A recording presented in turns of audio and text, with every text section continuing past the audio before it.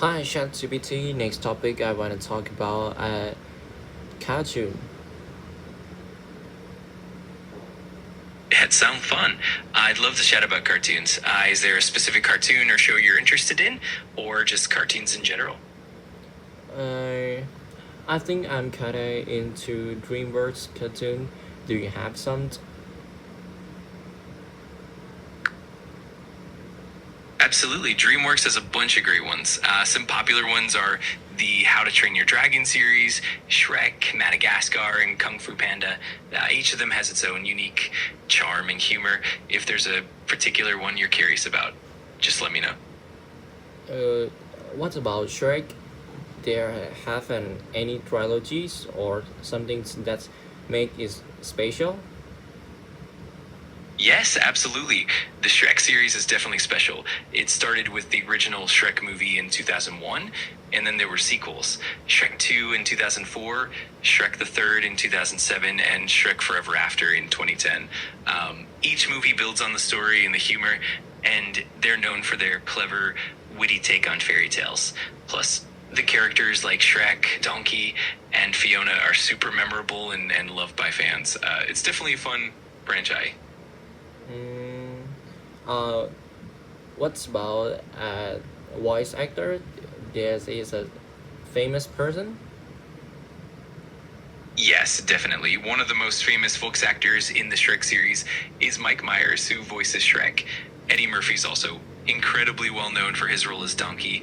Cameron Diaz voices Princess Fiona, and Antonio Banderas voices Puss in Boots. So it's a pretty star-studded cast that definitely adds a lot of charm to the movies. How about how to train your dragon? What's about them? They had a really fantasy stories or sci-fi stories. How to Train Your Dragon definitely leans more into the fantasy genre. It's set in a mythical Viking world where humans and dragons coexist. The story follows Hiccup, a young Viking who forms an unlikely friendship with a dragon named Toothless. The film that blend action, adventure, and heartfelt moments, and they really explore themes of friendship, understanding, and overcoming prejudice. There are three main movies, and they're all beloved for their beautiful animation and rich storytelling.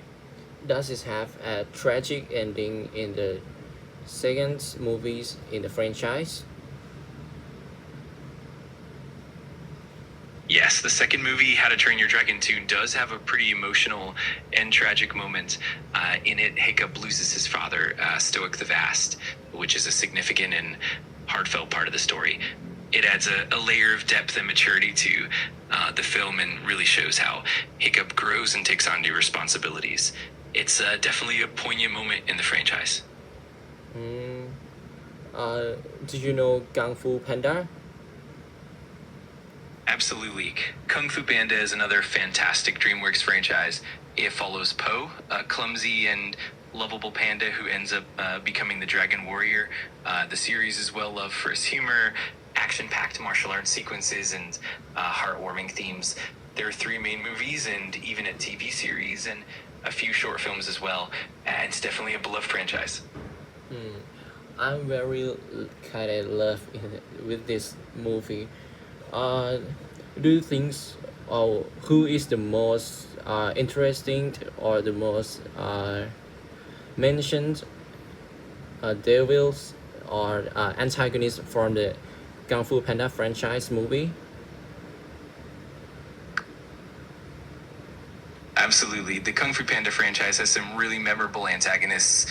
One of the most iconic is Tai Lung, who appears in the first movie. He's a formidable and powerful snow leopard with a deep grudge.